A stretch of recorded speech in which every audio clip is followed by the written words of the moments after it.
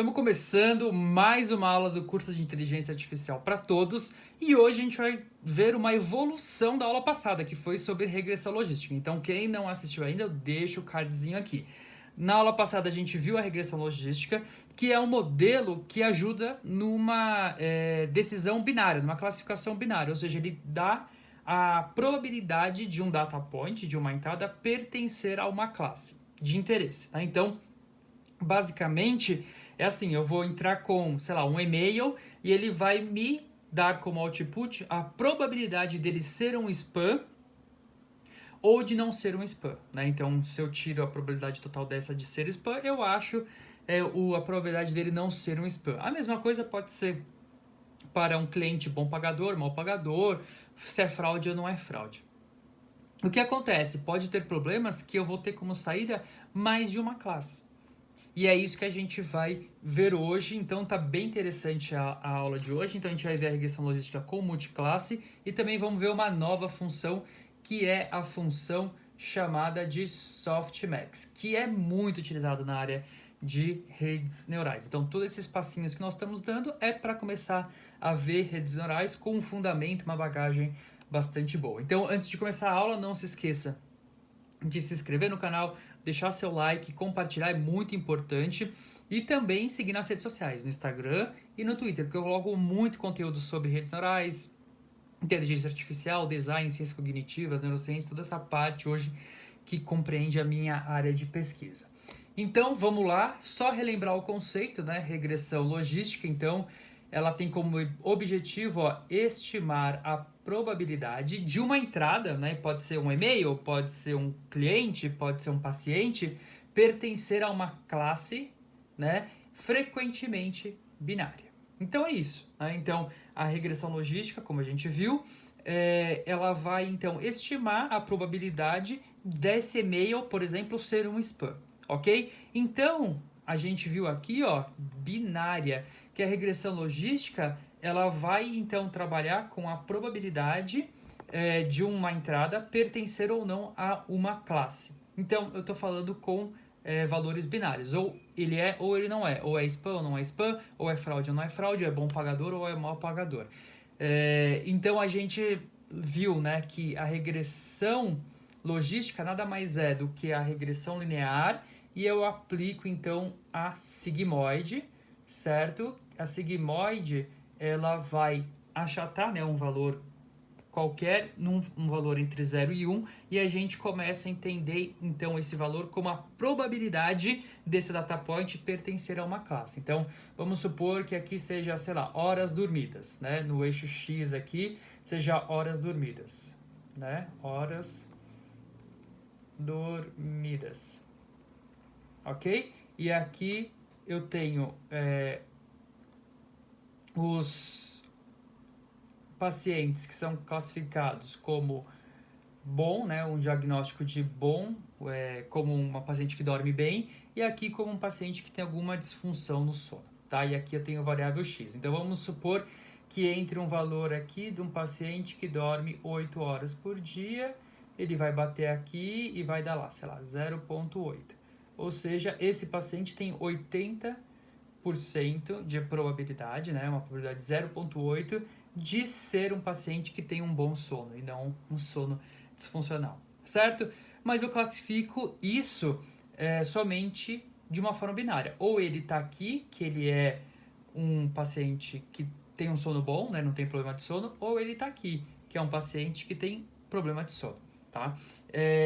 Só que pode ter casos em que eu vou ter mais de uma possível saída. Vamos supor que agora eu queira indicar uma droga, um medicamento, e o paciente pode tomar só uma droga. Então, só que existem várias drogas, por exemplo, a droga A, B, C, D e E. Então agora eu não estou falando mais de uma classificação binária, não é só a droga A ou a droga B. É a droga A, droga B, droga C, droga D ou droga E. Então a gente está falando de uma classificação multiclasse. E aí na classificação multiclasse, a gente não consegue trabalhar diretamente com a regressão logística. A gente precisa fazer o quê? Uma extensão da regressão logística para poder trabalhar com multiclasses. E é isso que a gente vai ver agora, tá? Então, só relembrando aqui, é exatamente isso, né? Regressão logística Então, eu tenho um dataset com duas classes aqui, então eu tenho a classe dos aprovados, que é a classe 1, a classe dos reprovados, que é a classe 2, e aqui, né, o que ele vai me dar, no fim do dia é isso daqui, ó, a probabilidade, né, desse dataset pertencer à classe dos aprovados. Como ele faz isso? Fazendo a regressão linear e aplicando aqui, ó, a sigmoide, certo? É isso que a gente viu na aula passada. E agora a gente vai começar com um exemplo que é assim, ó. Eu tenho data points aqui, que são pacientes, que tem aqui informações, né? Para cada um desses elementos aqui, eu tenho nome, idade, CEP, qual que é o diagnóstico, enfim, né? Várias informações. E eu sei que para esses pacientes aqui, para esse conjunto de pacientes, que eu chamei de quadradinho, eles tomaram o medicamento A e melhoraram, certo? Eu também sei que para esse outro conjunto aqui de pacientes que são triangulinho, eu dei o medicamento C e eles melhoraram, certo? E aqui, bolinha, eu dei o medicamento B e eles melhoraram. Então aqui eu tenho o que a gente já discutiu bastante, que é o aprendizado supervisionado, certo? Só que diferente daqui de cima, eu não tenho só duas classes, eu tenho mais de duas, eu tenho 3 classes, poderia ter 4, 5, 6. Então eu não consigo aplicar a regressão logística assim de uma maneira pura, a gente tem que fazer uma evolução. Só um detalhe que é bem importante comentar, porque eu escuto muito e vejo uma confusão muito grande entre multiclass e multilabel. São parecidos, mas são coisas diferentes. O multiclass é quando um output está associado a uma única e exclusiva classe, tá bom? Então, é quando o data point está associado a essa única e exclusiva classe. Então, um exemplo, o paciente deve tomar apenas uma droga específica. Ou ele vai tomar a droga A, ou ele vai tomar a droga B, ou ele vai tomar a droga C. Ele não pode tomar a droga A e B, tá? Então, quando eu tenho essa ideia de uma única classe, o output tem que ser uma única classe e exclusiva, né? Um e-mail, ele não pode ser spam, não spam, ou vírus, por exemplo, né? Ou spam, suspeita de spam, né? Ele tem que ser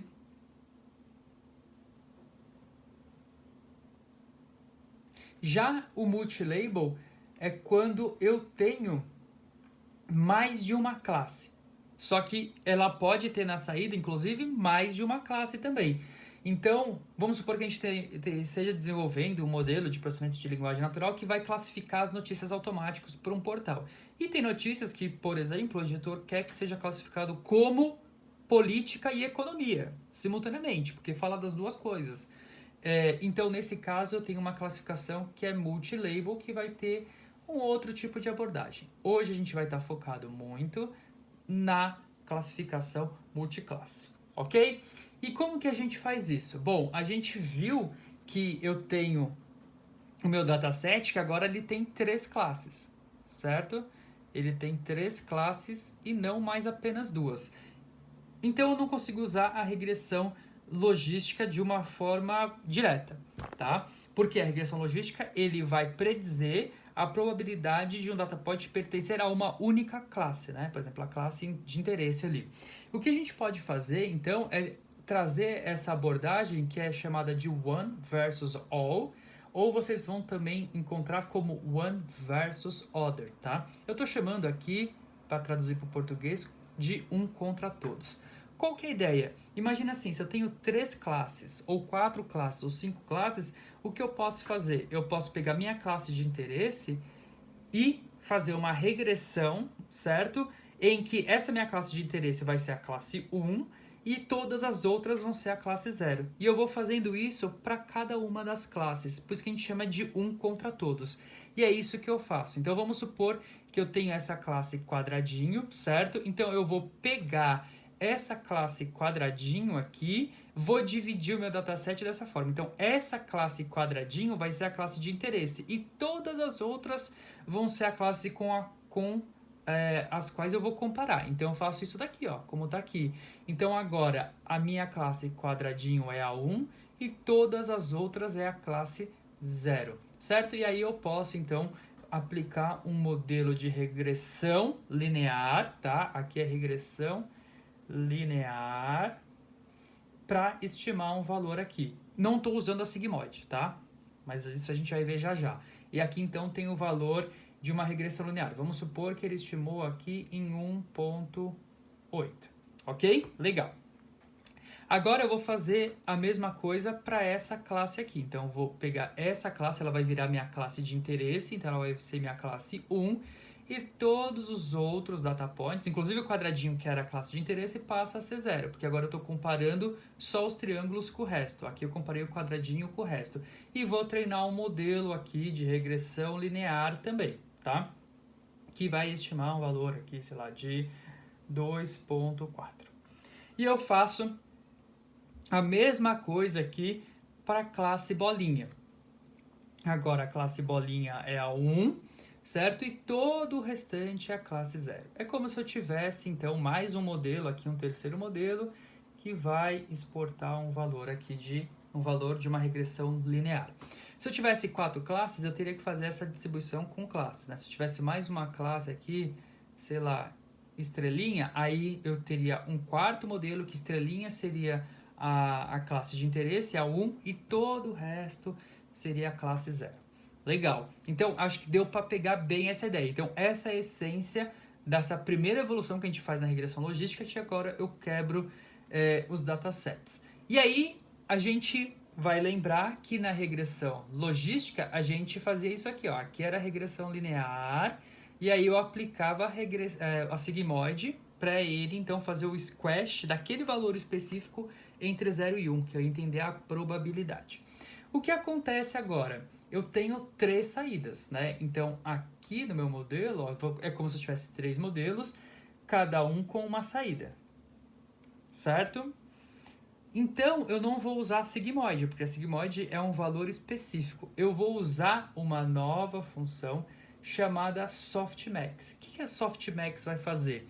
Ela vai colocar... A softmax é uma função que pega uma distribuição de valores, ok? E a saída é a probabilidade de cada um daqueles valores de 0 a 1, certo? Então, ele não vai dar a probabilidade de um único data point específico. Ele vai levar em conta toda a distribuição. Então, ele vai entrar aqui na softmax o y1, né, y chapéu 1, que eu coloquei aqui, y chapéu 2, y chapéu 3, e aí ele vai calcular, com base no 1.8, 2.4, 0.8, qual a probabilidade de ser isso daqui. Ele leva em consideração 1.8, mas também todos esses para todas as saídas. E no final ele vai exportar aqui as probabilidades de cada uma das classes. Então vamos supor que esse valor aqui é 1.8, olha, é o segundo maior. Então eu vou falar que a probabilidade é de 0.3. Esse daqui é 0.6, né?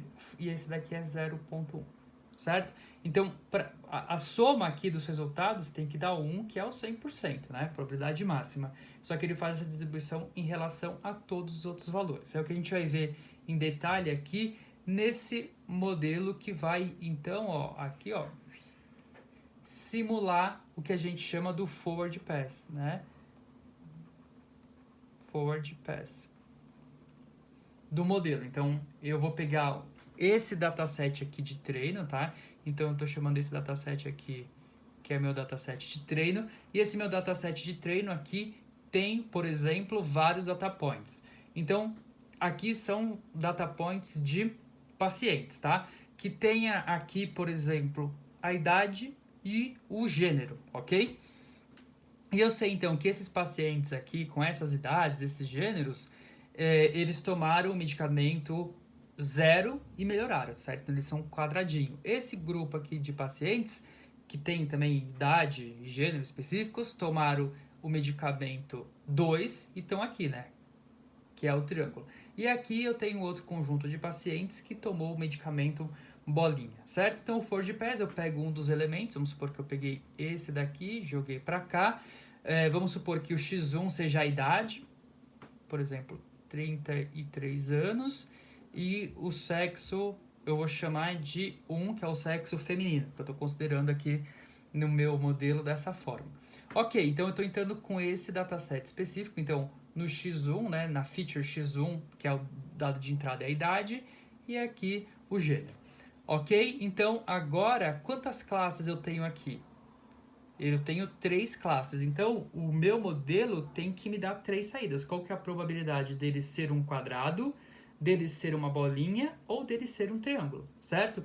Então, é como a gente viu no slide anterior, a gente tem como se fosse 3 modelos de regressão linear aqui. Então, esse modelo aqui, ele vai dar a probabilidade de ser um quadradinho, esse modelo aqui, o valor de ser uma bolinha, e esse aqui o valor de ser um triângulo. Só que aqui, né, eu não vou entender como probabilidade. Muita gente confunde, mas aqui o que eu estou fazendo é só uma regressão linear, né, normal, simples. Então, quando a gente está com uma saída do modelo, que é o valor bruto, não é probabilidade, né? Então, eu tenho uma probabilidade de 1.5, não existe probabilidade de 1.5, probabilidade de 2.5, não existe. A gente chama de logit, tá? Logits, que é a saída do modelo mesmo, tá? Então, o que acontece? O resultado aqui deu um logit de 1,5 para quadradinho, de 2,5 para bolinha e de 0,8 para triângulo, ok? Agora que vem o charme, eu vou aplicar a função chamada softmax. O que faz essa função softmax? A fórmula está aqui embaixo. É aquilo que eu falei, ele vai pegar uma distribuição e para cada um dos valores dessa distribuição, ele vai atribuir uma probabilidade. Lembrando que a probabilidade de toda distribuição tem que chegar a 1. E é isso que ele faz. Então, para cada um desses logits aqui, eu vou aplicar nessa fórmula aqui embaixo. Então, vamos supor que eu esteja começando com esse daqui, certo? Então, eu vou fazer o número de Euler elevado ao valor de ZI aqui, né? Que seria 1,5, certo? Então, o número de Euler elevado a 1,5 dividido, agora é que entra a grande diferença para sigmoide, dividido a somatória aqui, tá vendo? Do número de Euler elevado a cada um desses daqui. 1,5, depois mais 2,5, depois mais 0,8. Por quê? Ele vai calcular a probabilidade de 1,5 em relação a essa distribuição toda. Que nesse caso, na hora que você faz o cálculo, dá isso daqui, ó, 0,23. E para esse valor aqui, 2,5, a função faz exatamente a mesma coisa, né? Agora, número de Euler elevado a 2,5 dividido pela somatória do número de Euler, né? Elevado a 1,5, 2,5, 0,8, que dá esse valor aqui, ó, 0,65. E por fim, eu pego o 0,8 e aplico também aqui. Então vai ficar o número de Euler elevado a 0,8 dividido pela somatória do número de Euler elevado a 1,5, mais 2,5, mais 0,8, que dá esse valor aqui. Então, aqui eu tenho a probabilidade total em relação a isso daqui. Se eu somar, ó, 0,23 mais esse, eu vou ter 1. Então, eu tenho a probabilidade total. Então, nesse caso aqui, eu entrei com esse valor, né? 33 anos e feminino. Eu sei que o valor real, né? Eu sei que o Y, o valor real, né, é 0. Aí eu apliquei aqui, eu estou na fase de treinamento, e na saída aqui do meu modelo, ele deu a probabilidade maior de ser uma bolinha. Ó, a probabilidade de ser uma bolinha, o modelo está estimando em 0,65, para ser um quadradinho 0,23 e para ser um triângulo de 0,12. Ok? Então o modelo fez essa previsão. Agora o que eu tenho que fazer? Eu tenho que fazer o backward pass, que a gente fala. Agora eu tenho que treinar o modelo para ir ajustando os preços, fazendo gradiente descendente, etc. Para ir arrumando para que quando entrar esse valor 33,1, né, que é esse quadradinho, ele seja mais próximo aqui. Certo? Então agora entra o que vocês sabem, calcular o custo, né, do modelo. E a gente usa a função de custo. A gente já viu, né, na aula anterior, nas duas aulas anteriores, na verdade, toda a teoria por trás do teoria da informação, do cálculo de informação, da entropia e da entropia cruzada. E na aula passada, especificamente, a gente aplicou uma função de custo que é a Binary Cross Entropy. Binary porque a gente estava trabalhando com regressão logística, que eram valores binários. Agora, como a gente vai trabalhar com multiclasses, eu não vou usar a Binary Cross Entropy. Eu vou usar a função de custo Cross Entropy, que a gente já viu aqui toda a teoria. Vou deixar o cardzinho que tinha essa fórmula aqui. Tá vendo? Essa fórmula aqui da função de custo. E aqui eu só estou traduzindo, né? Então eu tenho o meu y chapéu, que é o valor, y chapéu é o valor estimado do modelo. Né? Então, para a posição 0 aqui, isso que a gente está fazendo é o one hot encoding. Para quem não conhece, assim, para cada posição do vetor é como se ele representasse uma classe. Então, aqui é como se ele representasse a classe 0, aqui a classe 1 e aqui a classe 2. Isso é o one hot encoding, né? Então, aqui, ó, para a classe 0, o meu y chapéu, ele exporta esse array aqui, ó. Para a classe 0, que é o quadradinho, 0.23. Para a classe 1, que é a bolinha, 0.65. Tá aqui, ó. Certo? E para a classe 2, 0.12. Ok? E agora o que eu tenho também, como eu tenho aprendizado supervisionado, eu tenho o meu label aqui, que eu estou chamando de y, certo? Eu sei que quando eu peguei aqui esse número, ele era um quadradinho, certo? Então, o quadradinho é a classe 0. Então, é isso que eu faço aqui, ó. Ele é um quadradinho, então ele é 1, 0, 0. Né? Quadradinho é 1, bolinha 0, triângulo é 0. Então, eu tenho essas duas distribuições de probabilidade. Então, lembra que a função de custo cross entropy, ela consegue, então, mostrar a entropia entre duas distribuições de probabilidade. Então, é isso que a gente faz. Basicamente, essa fórmula aqui, eu faço a somatória do valor real vezes o log na base 2 ou log na base log natural, né? Depende do modelo que você estiver implementando, do valor estimado. Então, é isso que eu estou fazendo aqui, ó. Né? Tô traduzindo aqui para baixo, ó. Então, eu vou pegar 1, que é o valor real aqui, vezes log de 0.23, mais 0, que é o valor real, vezes o log de 0.65 aqui, mais 0 daqui, vezes o log de 0.12, que vai dar, então, uma entropia cruzada de 2.12 para essa distribuição. Só para vocês entenderem, né? Então, agora eu achei a função de custo, eu aplicaria o gradiente descendente, eu, né, faria, então, o que a gente vai chamar depois, em mais detalhe, o backpropagation, iria ajustando ali os pesos, né, do meu modelo para ir aproximando isso de uma solução melhor. Então, imagine agora, e eu fiz isso aqui, imagine que eu treinei o modelo, agora ele tenha outros valores de peso aqui, e ele esteja dando essa probabilidade aqui, essa saída. Então, eu fiz a mesma coisa, peguei esse quadradinho, né? No x1 entrou 33, no x2 entrou 1. Como eu tenho 4 classes, ele vai dar aqui o logit, né? Que é o valor final da regressão, de 2,5 para quadradinho, de 1,5 para bolinha e 0,8 para o triângulo. Aplico, então, aqui a função do softmax, certo? Que vai, então, calcular a probabilidade dessa distribuição aqui, levando em consideração todos os elementos. E agora o meu modelo está dando isso daqui, ó. 0,64 a probabilidade de ser um quadradinho, 0,24 a probabilidade de ser uma bolinha e 0,12 a probabilidade de ser um triângulo, certo? Então, agora parece que está melhor, porque ó, ele fez uma previsão correta, é um quadradinho mesmo, e ele está predizendo como quadradinho. Então, agora eu posso de novo calcular a minha função de custo, certo? Então, aqui, agora, o meu y chapéu tem essa representação aqui, né? Esse array 0.64, 0.24, 0.12, então isso é para a classe 0, isso é para a classe 1, isso é para a classe 2, tem um custo de 0,64, certo? Aí eu aplicaria o gradiente descendente, ajustaria os pesos e etc. E tudo aquilo que a gente já viu. Então, isso é a ideia da regressão logística multiclasse. Como vocês viram, a gente não usou a sigmoide, a gente usou só o softmax. Então, vocês também vão ouvir muito do softmax, principalmente na área de machine learning, softmax regression, certo? Ou a regressão softmax.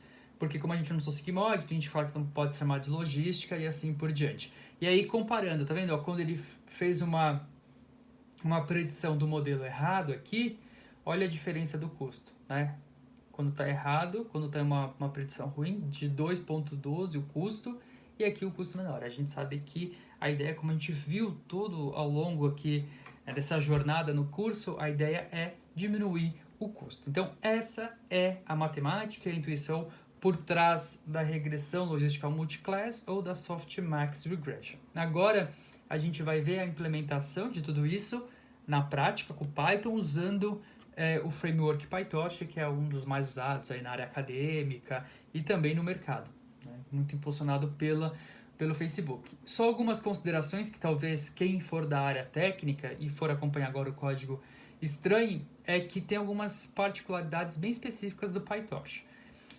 Primeiro, eles têm uma função de custo que é a Cross Entropy Loss, né? Só que quando a gente está trabalhando com a Cross Entropy Loss, eles já aplicam o Softmax. Então, se você está acostumado a aplicar o Softmax, depois fazer o Cross Entropy, eles já fazem tudo isso para você aqui. Então, não há necessidade de adicionar o Softmax na última camada. Então, basicamente, o Cross Entropy já é o Softmax e a combinação do negative log likelihood, né, que seria da verossimilhança, que é basicamente a entropia cruzada pura que a gente viu a fórmula ali. Uma outra informação importante é que aqui a gente viu a ideia do one hot encode, tá vendo? Para cada posição, né, principalmente pro Y aqui, eu vou colocando, se ele é da classe 0, eu coloco 1 na classe 0 e 0 em todas as outras. O que acontece é que com essa função de custo, a gente não vai usar o one hot encode, a gente vai colocar direto o índice do label. Vamos supor que para essa variável ela pertence à classe 2. Então, em vez de eu colocar um hot encode assim, né, 0 para a classe 0, 0 para a classe 1, 1 para a classe 2 e 0 para a classe 3, eu coloco já o índice, ele pertence à classe 2. É uma outra forma de trabalhar também. E a variável que o modelo exporta, ele não é a predição, né, das probabilidades, mas sim os logits, como a gente viu aqui, né, que é o valor cru mesmo, que aí eu aplico o softmax e acho as probabilidades. Então, da intuição da parte teórica é isso, vamos ver o código agora na prática. Eu vou implementar aqui a regressão logística multiclass, ou também chamada de Softmax Regression. Então, basicamente, o que eu fiz aqui é pegar aquele código que a gente usou na regressão logística e estou fazendo algumas adaptações. A receita de treinamento é a mesma que a gente já viu, né? Então eu tenho que fazer o design do modelo, essas definições, quantas features de entrada, quantas classes de saída e qual vai ser a função de forward pass. Tenho que definir a função de custo e o otimizador. Então, a função de custo, lá em regressão logística, a gente viu que a gente tem que usar o binary cross entropy. Quando é multiclass, a gente vai usar o cross entropy. O otimizador vai ser o gradiente descendente estocástico. E aí eu só faço a função do loop de treinamento, certo? Então, eu vou pegar um data point, vou calcular a predição, calcular o custo. Aí, com base no custo, eu calculo os gradientes e volto atualizando os pesos. Né? Exatamente a mesma coisa. Então, aqui, para esse caso, eu estou importando o Torch NN, que é de Neural Networks, aqui, ou NumPy e o Matplotlib aqui, só o Matplotlib para printar depois o gráfico do custo para vocês. E aí a gente começa com a preparação de dados, tá? A gente vai trabalhar aqui nesse caso com duas variáveis, a variável x, que é o valor real, né, do meu data point ali, eu estou entendendo o valor x como notas. Notas mesmo de provas, de 0 a 10, tá?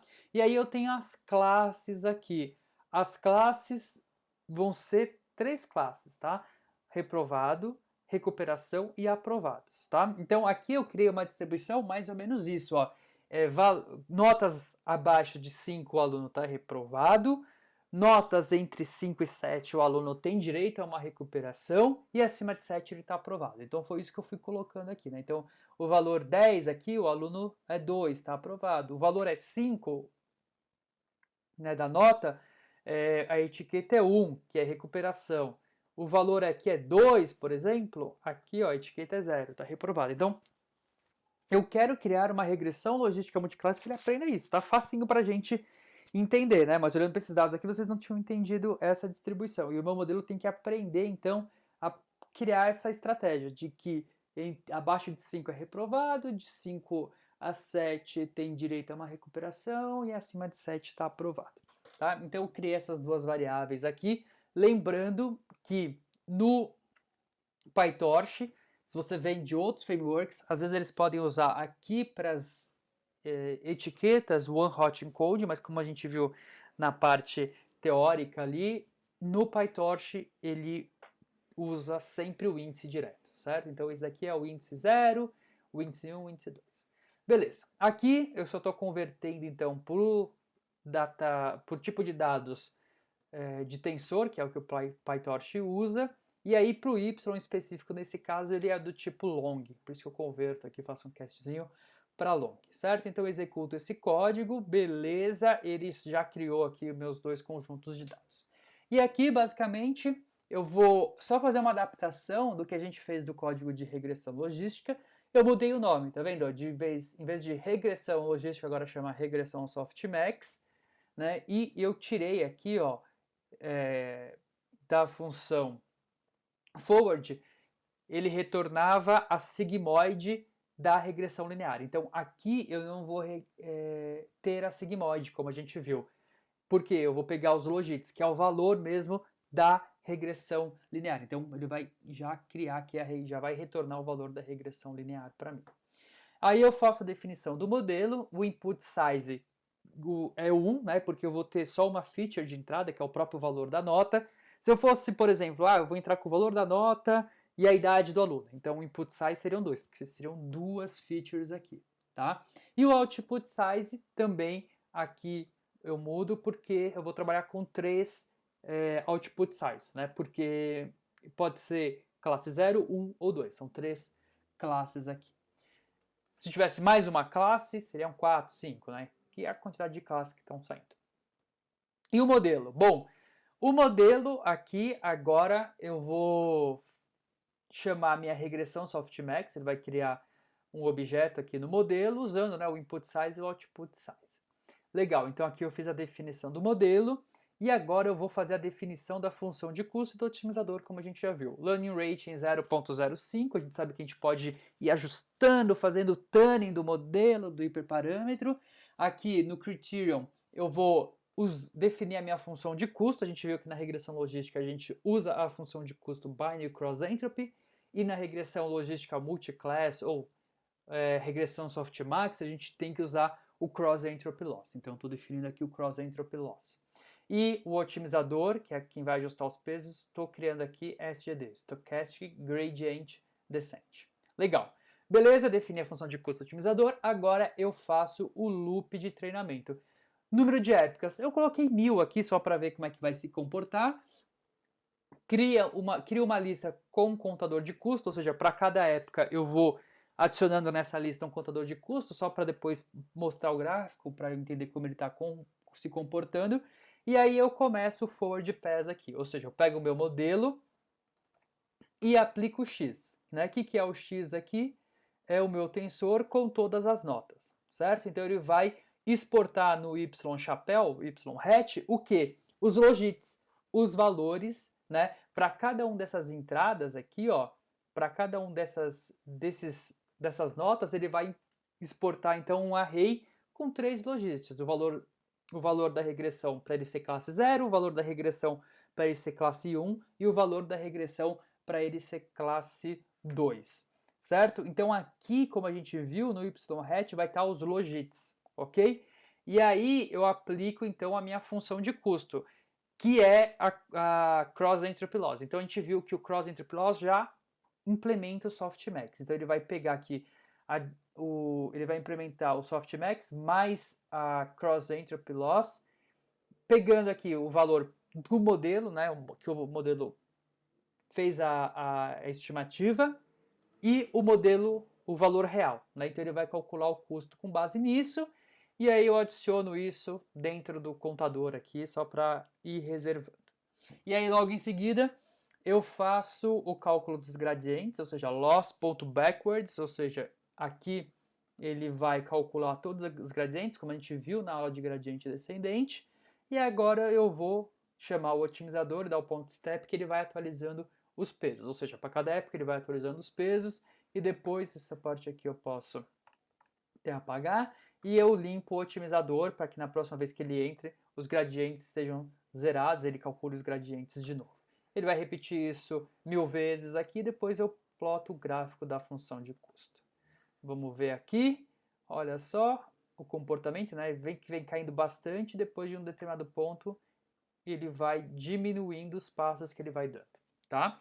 E aí depois a gente vai discutir mais sobre função de custo, para ver quando que eu paro, quando que eu continuo, enfim. Mas aqui é só para vocês verem o comportamento da função de custo.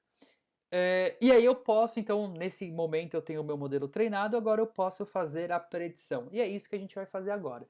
Eu estou criando um array aqui, NumPy de teste, com algumas notas, 2, 3, 6, 8 e 10, tá? E aí eu só transformo para o tensor, e agora eu uso isso daqui, né, with torch no grade, que é para não usar gradientes aqui, porque eu estou calculando, estou fazendo predição, né? Não quero misturar as coisas. E aí eu chamo meu modelo já treinado, e passo o t-test. Quem que é o t-test? É o tensor aqui, ó. Eu criei um NumPy array, depois eu converti para tensor, né? Para vocês verem que existe isso. E agora eu vou pegar todos esses valores, 2, 3, 6, 8 e 10, e passar para o meu modelo fazer as predições. O que vai sair aqui são as probabilidades? Não, são os logits, certo? Eu poderia então aplicar a função softmax, ou eu posso pegar o NumPy argmax, que ele já pega qual que é o maior valor e já mostra qual que seria a classe, né? Então, se eu executar isso daqui, ó, esses são os valores que o meu modelo está predizendo. Então, para a nota 2, ele está dizendo que o valor é 0, ou seja, reprovado. Para a nota 3, ele está predizendo o valor reprovado. Para a nota 6, o valor 1, que é em recuperação. Para 8 e para 10, 2, que é aprovado. Então, vejam que interessante. Aqui eu saí desse conjunto de dados que tinha essa distribuição e meu modelo realmente aprendeu que abaixo de 5 eu vou reprovar o aluno, entre 5 e 7 eu vou deixar em recuperação, e acima de 7 eu vou aprovar o aluno. Então não precisei programar esses ifs, né? Isso é o que a gente chama de machine learning. O modelo aprendeu isso usando a regressão logística multiclass ou softmax regression. Quer dizer que o modelo vai acertar 100% do tempo? Não, né? Vamos colocar um outro valor aqui do tipo 5.5, né, para ver como ele vai fazer a predição. Ó, ele fez a predição de 1, né, que está em recuperação, tá certinho. Vamos pegar 4.5, que ele deveria predizer como 0. Vamos ver o que ele vai predizer. Predizer como 1, tá vendo? Então, 4.5, ele está estimando como um aluno em recuperação. E a gente sabe que na regra que a gente quer, abaixo de 5, os alunos são reprovados. Então teria que dar 0 aqui, tá vendo? Então é um modelo que, como a gente disse, não vai acertar 100%. Então a gente teria que ter mais datasets, treinar de novo e fazendo os ajustes, né? Então esse é o charme e o lance de machine learning, né? Então não é aquela coisa simples que você coloca e ele aprende, mas você tem que ir fazendo diversos ajustes. Então eu vou disponibilizar o código dessa regressão logística multiclass, né, ou softmax regression, no GitHub, para vocês brincarem aí à vontade. Ok? Então essa foi a aula de hoje. Então não se esqueça de se inscrever no canal, deixar seu like e também seguir tanto no Instagram como no Twitter para a gente ir trocando ideia aí. Diogo Cortiz em todas elas. Valeu e até a próxima!